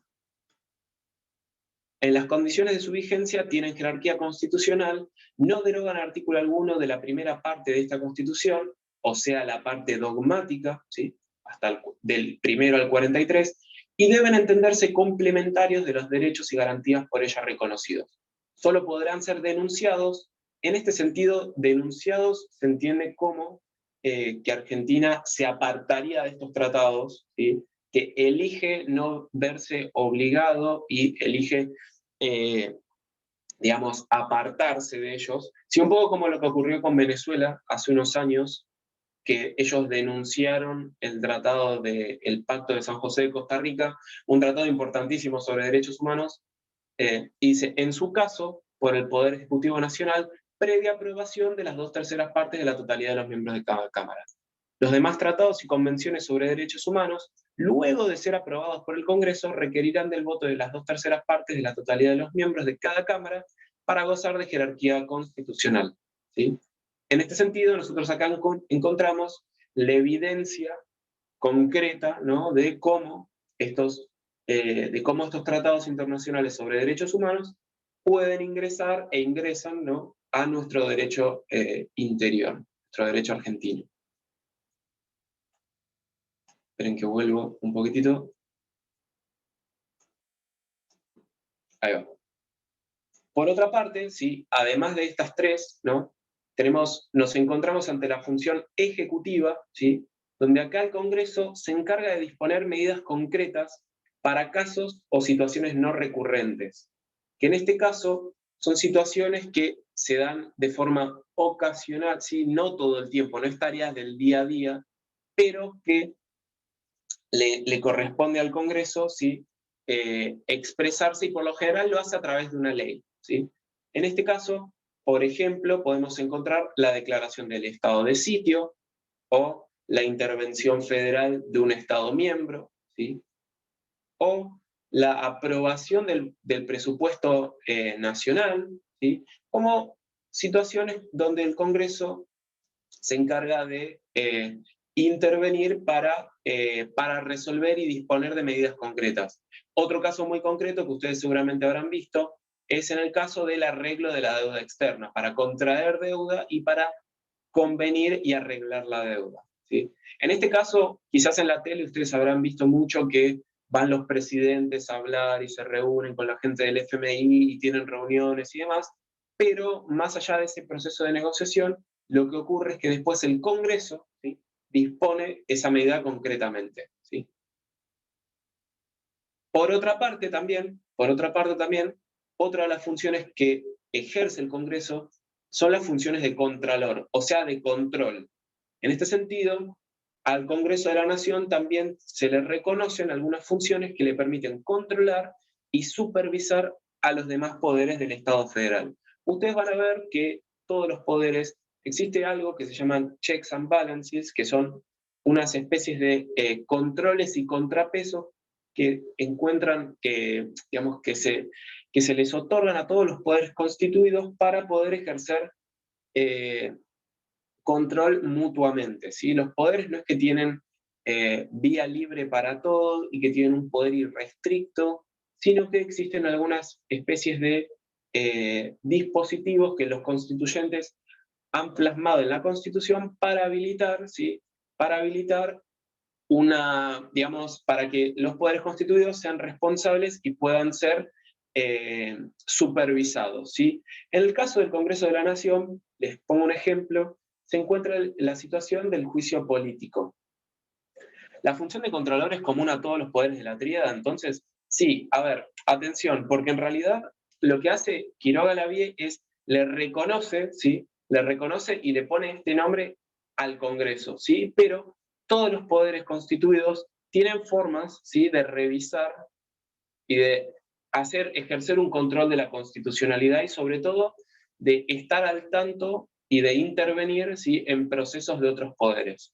Por ponerte un caso, en el caso del Congreso de la Nación, tiene disponible la posibilidad de ejercer el juicio político, de llevar a cabo el juicio político, que es algo que, si ustedes se acuerdan hace unos años, era algo que estaba un poquito en boca de los medios, con relación a la vicepresidenta, de ver si la podían someter a juicio político o no y demás. El juicio político es, como su nombre lo dice, es un juicio de carácter político que tiene el objetivo, ¿sí?, de apartar del cargo, ¿sí?, a determinados funcionarios públicos. En este caso, el Congreso puede someter a juicio político para destituir, ¿sí?, para apartar de un cargo al presidente, al vicepresidente, al jefe de gabinete y sus ministros, y a los jueces de la Corte Suprema a los jueces de la Corte Suprema de la Nación, ¿sí? Esa es una función que tiene el Congreso y que lo que tiene como finalidad es justamente si el Congreso considera que estos funcionarios hacen un mal desempeño de sus figuras o que cometen delitos en el ejercicio de su función. Por ejemplo, imagínense un presidente que por una cuestión de corrupción se queda con el dinero de sus habitantes. Eso el Congreso podría considerarlo como una causal que justifique, ¿sí?, someter a ese presidente a juicio político. En este sentido, el juicio político, como dice su nombre, tiene una finalidad política, ¿sí?, de destituirlo, no de que vaya preso necesariamente, ¿sí? Si el juicio político tiene éxito, ¿sí?, se lleva a cabo, se lleva la función acusatoria, le queda en manos de la Cámara de Diputados y la función juzgadora en la Cámara de Senadores. Si ambas cámaras, digamos, tienen resultados positivos, a esa persona se la destituye del cargo, ¿sí?, y obviamente eso no quita que en una instancia posterior se la pueda llevar a la justicia ordinaria, digamos, a que, por ejemplo, el presidente puede ir preso, ¿sí?, por haber, digamos, por ejemplo, robado, ¿sí?, no sé, dinero de los habitantes, o que haya desviado fondos de la nación, por ejemplo, ¿sí?, a través de una forma de enriquecimiento ilícito. Entonces, por ese lado nosotros podemos ver cómo el Congreso de la Nación puede ejercer esta función. Ahora bien, les tengo malas noticias, y es que en cuanto a la función esta del juicio político, no ha habido casos donde se ha destituido, ¿sí?, a nivel nacional a funcionarios públicos mediante juicio político, ¿sí? Esa es un poco la mala noticia, porque creo que hemos tenido a muchos funcionarios y representantes bastante bochornosos, así que eso es un poco como la mala noticia, pero sí ha ocurrido en la Ciudad Autónoma de Buenos Aires un caso bastante emblemático donde se ha llevado a cabo el juicio político y digamos, ha rendido frutos, por así decirlo. No sé si ustedes se acuerdan de una persona que fue jefe de gobierno, Ibarra. Quizá, probablemente ustedes lo conozcan más por la causa de Cromañón. No sé si algunos de ustedes saben, Cromañón fue un boliche, era un boliche bailable, boliche sí, donde hace muchos años se dio un incendio. Ese lugar no estaba en condiciones para que se diera ese tipo de espectáculos y demás. Una noche fue a tocar una banda, Callejeros, se prendieron unas bengalas, el lugar no estaba en condiciones, se dio un incendio terrible, falleció un montón de gente, una tragedia, ¿sí?, una tragedia la verdad, pero lo que ocurrió fue que la justicia halló responsable a Ibarra, y la propia legislatura porteña, ¿sí?, llevó a juicio político a Ibarra y lo destituyó de su cargo, ¿sí? En este sentido, se lo halló responsable, ¿sí?, y negligente, ¿no?, o sea, de toda esa situación, de que él tenía que estar a cargo de eso, porque hubo un montón de irregularidades, de habilitaciones que no tenían que darse y demás, y esa situación, esa tragedia, le costó el cargo a quien era en aquel entonces jefe de gobierno, Aníbal Ibarra, ¿sí? Ese es un caso, por ejemplo, en el que se llevó a cabo el juicio político, ¿sí? Esto, les recuerdo, esto no se dio a nivel nacional, porque esto quedó en la esfera, digamos, de la legislatura porteña, pero es un caso en el cual se llevó a cabo un juicio político y que como resultado se destituyó, ¿sí?, a nada más y nada menos que el jefe de gobierno porteño, ¿sí? El equivalente, o sea, sería como el Larreta de hoy, ¿sí? ¿Quedó más o menos claro algunos de estos temas que estuve presentándoles? Sí, profe. ¿Hay Para mí alguna también. duda?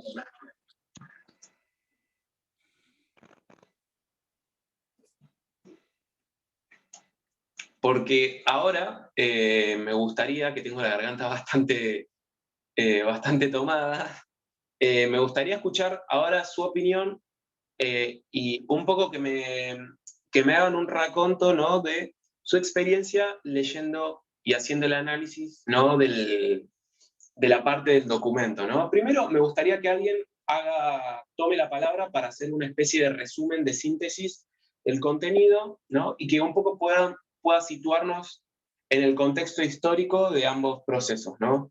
Me gustaría lo podemos ir construyendo de a todos, pero me gustaría saber primero eso. Así todos estamos más o menos en tema.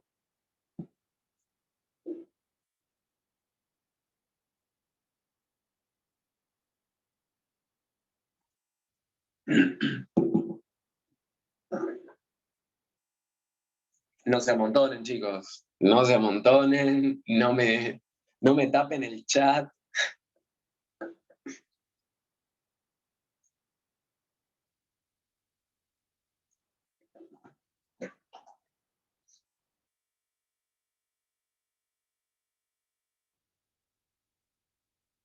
¿A quién le gustaría empezar?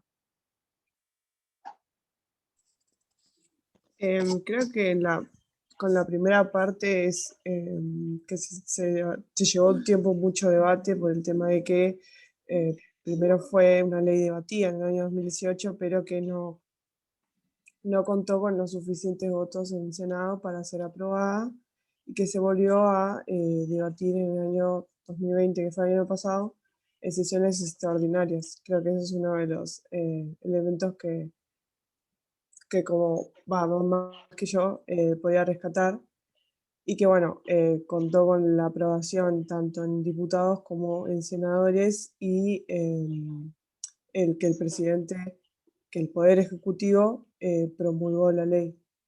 De hecho, también como ser Poder Ejecutivo tenía la potestad de vetar la ley, pero en este caso no se dio, sino que fue promulgada.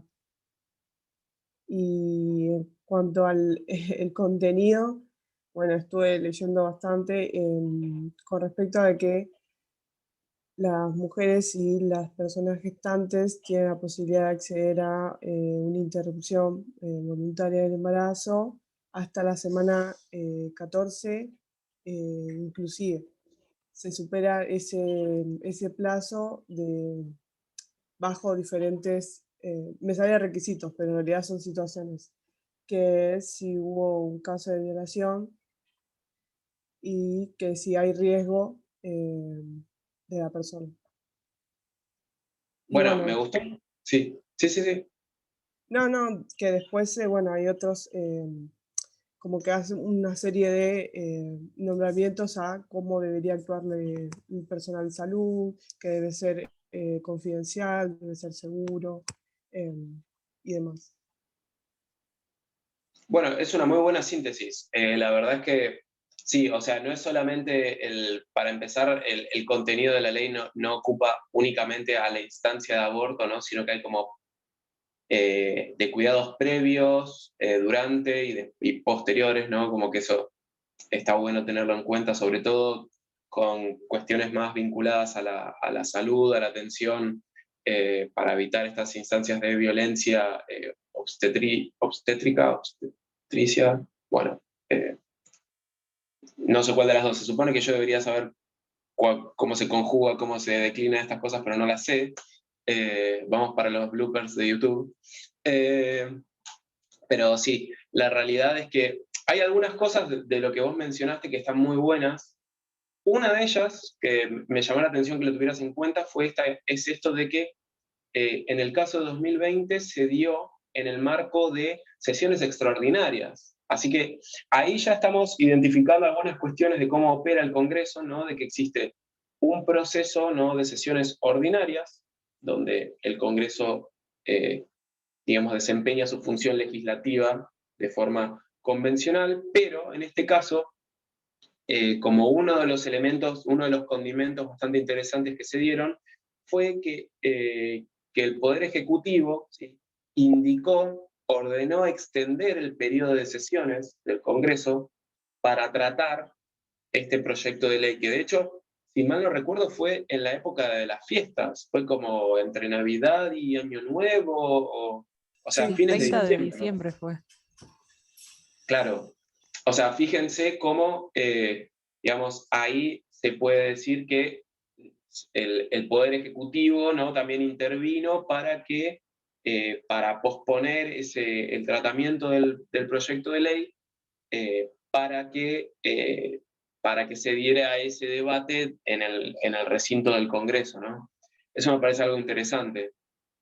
Eh, y por otro lado, también, bueno, esto que vos mencionás de la posición del veto, ¿sí?, la posición de la posibilidad de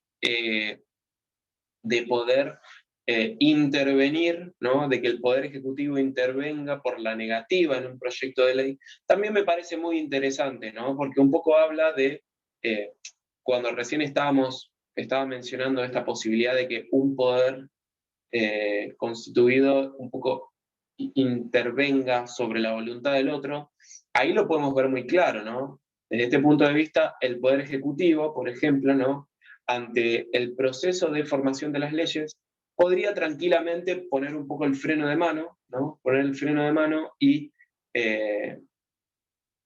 hacer que se interrumpa, ¿no?, el proceso de formación de las leyes ordinario, ¿no? El trámite ordinario, si el Poder Ejecutivo elige vetar el proyecto de ley, ¿qué significa esto? ¿Qué ocurre si el Poder Ejecutivo veta el proyecto de ley?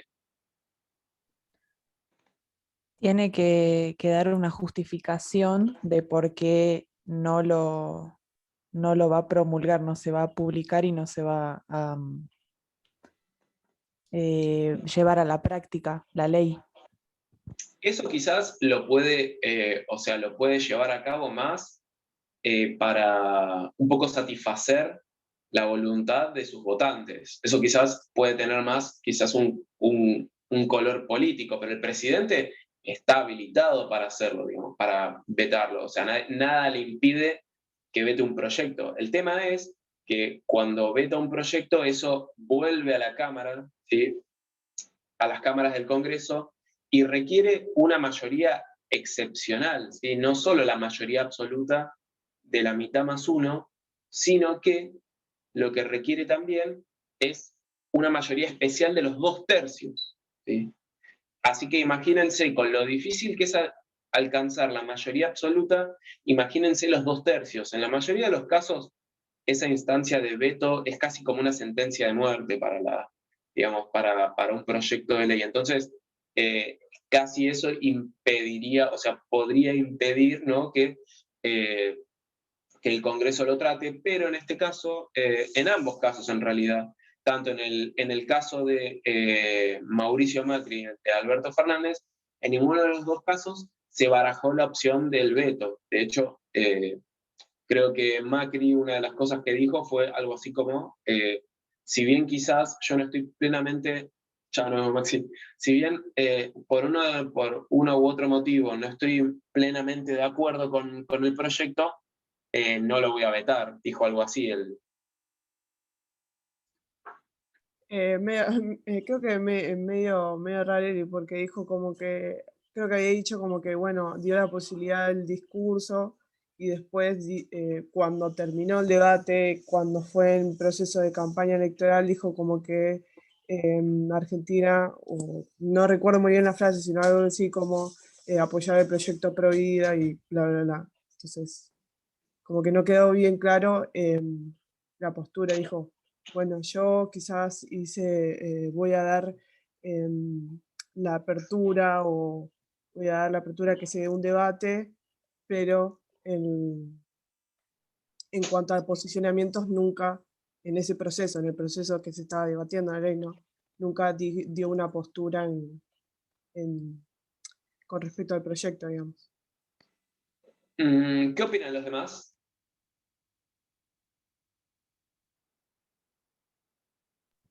Yo la verdad no me acuerdo mucho qué dijo Macri, pero sí tengo muy presente de que cuando Alberto se estaba postulando, había dejado bien en claro de que uno de sus objetivos era la aprobación de esta ley.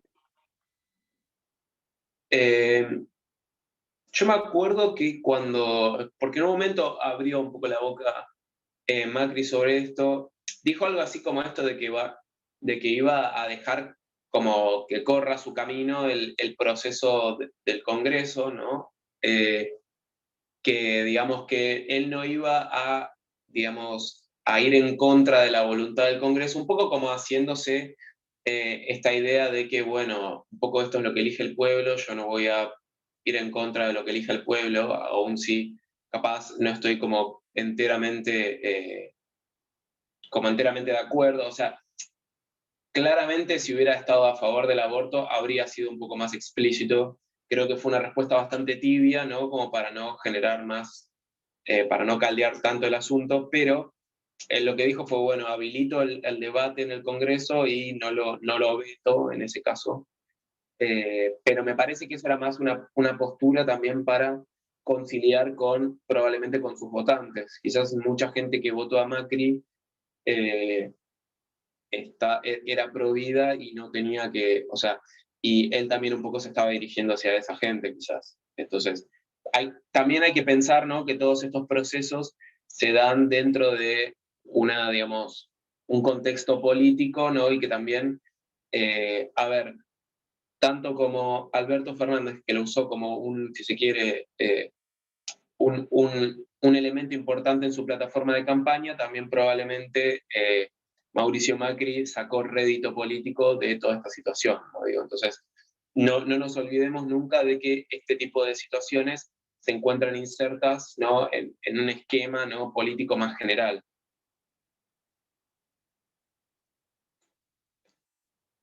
A mí me gustaría saber cuál es su opinión de lo que encontraron respecto de la pregunta que dice, ¿qué fuentes del derecho se ven citadas e identificadas en el texto? ¿Ustedes qué estuvieron encontrando del texto?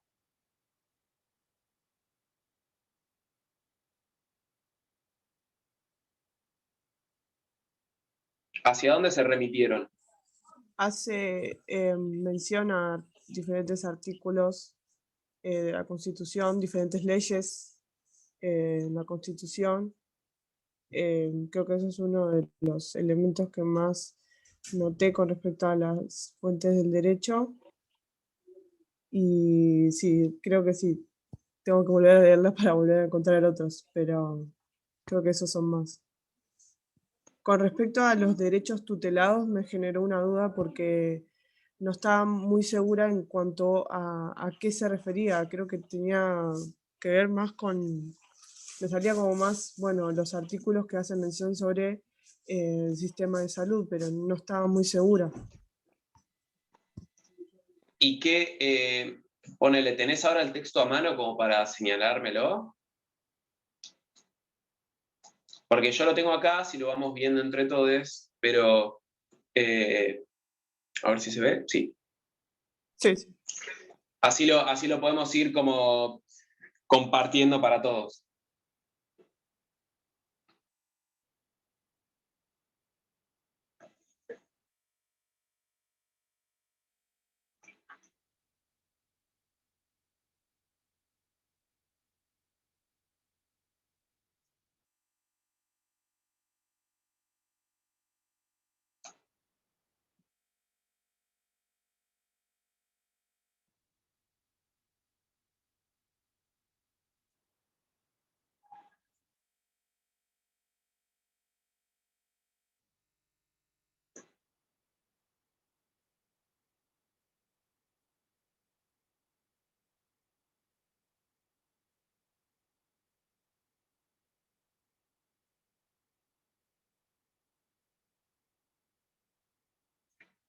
¿Qué encontraron en esta parte?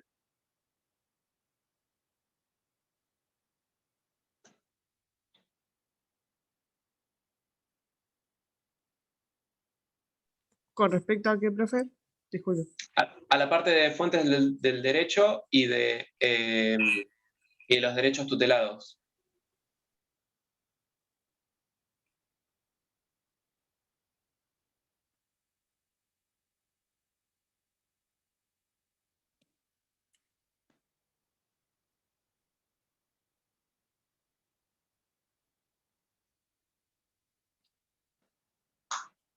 Yo creo que la principal fuente del derecho es la ley que aparece.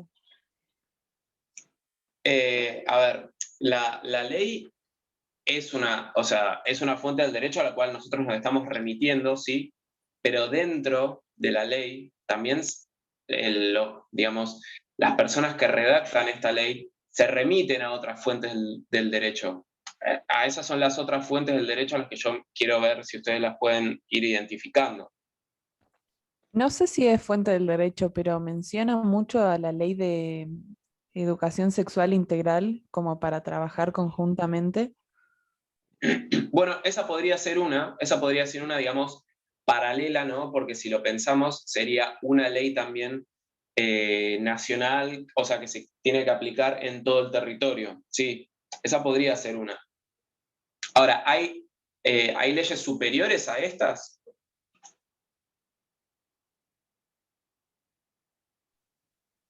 Los tratados de derechos humanos, pero no quiero saber que estoy diciendo algo mal.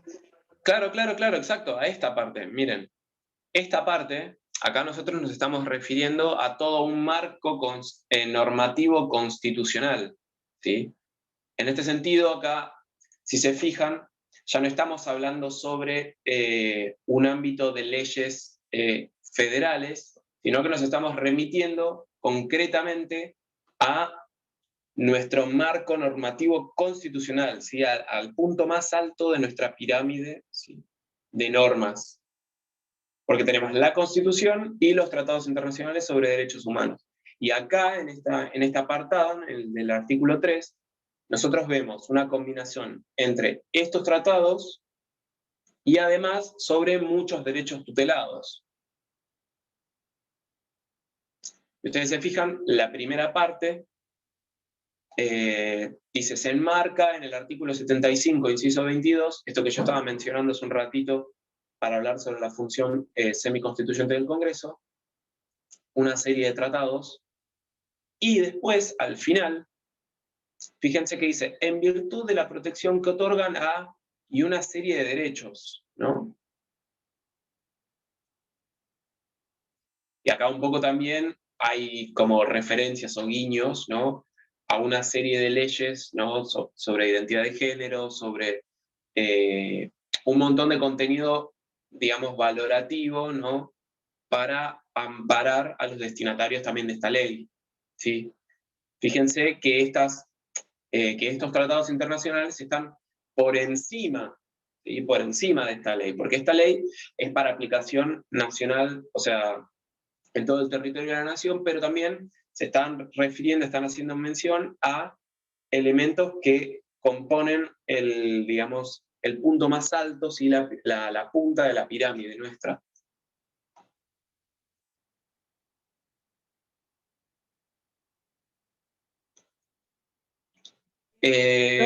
Profe, una Sí, consulta. sí, te escucho. Sí, disculpe, en cuanto a los derechos tutelados, entonces estaba hablando sobre la protección, digamos, lo que la ley hace, menciona otros derechos que protegen la virtud y, bueno, la integridad de las personas que se mencionan en la ley. Sí, a ver, obviamente, cuando nosotros estamos hablando sobre esta ley, primero los más concretos son estos, ¿no? Si ustedes se fijan, estos serían como los derechos esenciales, ¿no? Como que se visibilizan en el artículo 2, ¿no? Después en el artículo 3 también están como enumerados otros, que forman parte, o sea, están dentro de, si se quiere, del paraguas, ¿no?, sobre derechos, de tratados internacionales sobre derechos humanos. O sea, no están en un solo lugar con una sola, sino que es como que también aparecen en otras partes, ¿no? Pero digo, a grosso modo nosotros podemos identificar en estos artículos 2 y 3 una serie, ¿no?, de derechos concretos reconocidos a las mujeres y a las personas con capacidad para gestar. Gracias, profe. No, por favor.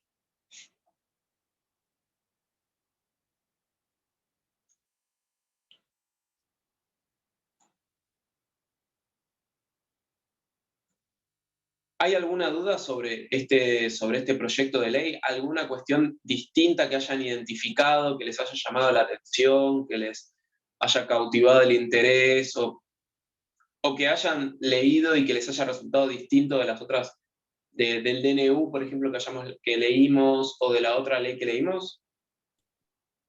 A mí me llamó la atención cómo se dice, este artículo, o sea, así a grosso modo ya no va más, ahora el que va es este, como la sustitución, y también me llamó la atención de que hay médicos que pueden elegir no practicar un aborto, y bueno, eso. Claro, en el primer caso, lo que se hizo fue, se derogaron algunos artículos del Código Penal, que eso es un poco lo que tiene que ver con la consigna de qué modificaciones se plantean a las normas existentes, ¿no? Me parece que está muy bueno que lo puedas identificar porque forma parte un poco de, bueno, de las cosas que antes, ¿no?, se identificaban como, bueno, qué corresponde, qué debe penarse, qué no, y como que eso se ha cambiado, ¿no? Sobre todo esta cosa de si es homicidio o no, por una parte. Y por el otro lado, lo otro que te estás refiriendo es a lo de la objeción de conciencia, que fue una de las cosas que también se modificaron de la ley de 2018, o sea, del proyecto de ley de 2018 a la de 2020, me parece, que se incorporó eso como una posibilidad más para, digamos, para el proceso, digamos, para que algunas personas puedan, por los motivos que sean, eximirse del proceso, digamos. ¿Alguna otra observación que hayan encontrado o que les haya resultado interesante, que la quieran compartir?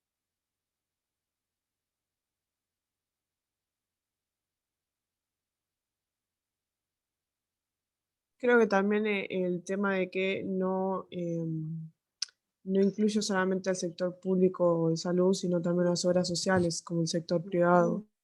Entonces es en cierta manera universal, se diría.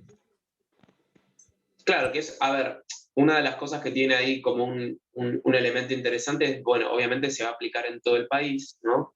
Y que también está bueno que mientras más ámbitos podamos llegar a tocar, ¿no?, si se quiere, también más protección se puede brindar, porque imagínense si tuviéramos que limitarnos solamente al sector público para acceder a esto. De esa manera quizás habría muchas personas que se verían perjudicadas simplemente por el hecho de tener una obra social u otra, o atenderse en una clínica u otra, y creo yo que un poco el objetivo detrás de esta ley es brindar la mayor seguridad, ¿no?, y accesibilidad a todas las personas que se encuentran en esta situación.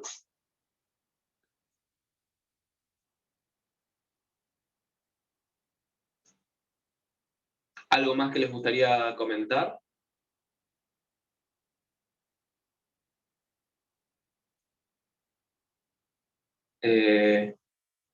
Porque si no, si les parece, lo dejamos acá. Me parece que por hoy más o menos ya cubrimos algunas de estas cosas. Les recuerdo que la semana que viene vamos a seguir con el TP5, ¿sí? Nosotros estamos en el 4, ¿sí? En el 4, acuérdense de publicar en el buzón de preguntas las dudas que vayan surgiendo, así ya nos podemos ir poniendo a tiro. Sé que esta semana fue un poco complicada por el tema de la semana de finales y demás. De todos modos, yo creo que ya para la semana que viene vamos a volver a tener el usuario convencional de Zoom, así que cualquier cosa, si llegamos a tener algún problema con eso, vamos a publicar y les vamos a avisar. Así que anden atentos de eso, no se me caigan de la palmera. Así que cualquier cosa, yo les recomiendo que empiecen ya a mandar muchos mails al buzón, así mientras más dudas mejor, más podemos armar nosotros para poder resolver la mayor cantidad de dudas y cualquier cosa, si no por mail o por casilla privada, no pasa nada. Intentemos siempre igual hacerlo lo más transparente y público posible, así los demás también saben más o menos las dudas que tenemos. Y si no, cualquier cosa, mail, ustedes ya tienen mi mail, ¿sí? Les mando un abrazo, esperen un segundo, dice, profe, ¿el parcial va a ser como el control de lectura o van a haber casos en que hay que desarrollar? Muy buena pregunta esa, Ornella. La idea es que nosotros adoptemos la modalidad del control de lectura en el sentido de que va a ser todo a través de la plataforma online y que ustedes van a tener un tiempo limitado para hacerlo, sí, lo van a hacer dentro del horario de la comisión de los trabajos prácticos, de las clases de consulta, perdón. Así que por ese lado ustedes van a tener que, digamos, van a tener esas limitaciones, digamos, lo van a hacer en este espacio, ¿sí? Obviamente es una cuestión, una actividad individual que tiene un límite de tiempo, ¿sí? Pero lo que sí van a ser una parte cerrada, o sea, de preguntas cerradas en las cuales ustedes van a tener que marcar la correcta, ¿no? La o las opciones correctas, o la palabra que corresponda, lo que fuera. Y por el otro lado también lo que van a tener es una parte con respuestas abiertas, donde van ahí sí tener que desarrollar. En este sentido, ustedes van a tener que escribir un texto, seguramente, o justificar una posición, o elaborar un término, o integrar palabras. Por ese lado, digamos que ustedes ahí sí ya van a tener que redactar un poco más, pero no se preocupen. Si es, por ejemplo, trabajando con un artículo, nosotros capaz les damos el artículo para que lo elaboren, no se preocupen por eso. Lo que nos importa es que ustedes puedan expresarse de una forma satisfactoria, que ustedes también puedan articular las ideas, y lo pueden vincular con la doctrina y citar y tener más o menos un pensamiento ordenadito, genial, ¿sí? Un poco la idea es poder darles esa plataforma para que ustedes también puedan expresarse y que no sea como el control de lectura, que quizás está como medio limitado en ese sentido. En realidad nosotros no nos estamos guiando con las unidades, ¿sí? Porque las unidades son del programa, ¿sí? En este sentido a nosotros nos importa que eso quede claro. Nosotros nos estamos guiando a partir de las lecturas obligatorias de los trabajos prácticos, ¿sí? En este sentido nosotros vamos a cubrir hasta el trabajo práctico 5, ¿sí? Hasta el trabajo práctico de la semana que viene, ¿sí? Así que ustedes tengan eso en cuenta para que no les quede nada afuera, ¿sí? O sea, en el parcial incluiríamos todo lo que dice bibliografía obligatoria en los encabezados de los trabajos prácticos, ¿sí? Digo esto para que no se confundan con las lecturas de Julia o con las lecturas que aparecen en el programa o que ya estuvieron descargando ustedes de la página, ¿sí? En ese sentido, recuerden siempre las lecturas que aparecen como bibliografía obligatoria de trabajo práctico, o sea, hasta el trabajo práctico 5, y por como creo que viene la seguidilla de semana, sería, la semana que viene hacemos el trabajo práctico 5, la otra hacemos un repaso para el parcial, y la otra sería el parcial, ¿sí? Más o Genial, menos profe. esa sería un poco la línea de tiempo. Para hacer la clase de repaso, ¿sí? Nosotros lo que vamos a hacer es habilitar un buzón aparte para que ustedes vayan publicando todas las dudas, ¿sí? Y vamos a hacer un popurrí de todos los trabajos prácticos, ¿sí? Entonces, de nuevo, ahí lo que queremos nosotros es que ustedes estén activos y publiquen sus dudas, así después nosotros levantamos las dudas y armamos también como una especie de repaso para la clase, ¿sí? Así no queda nada por fuera del tintero y ustedes también tienen la oportunidad quizás de volver a algo, ¿no? De que elaboremos de nuevo algo que quizás ya lo vimos, ¿sí? ¿Alguna otra duda?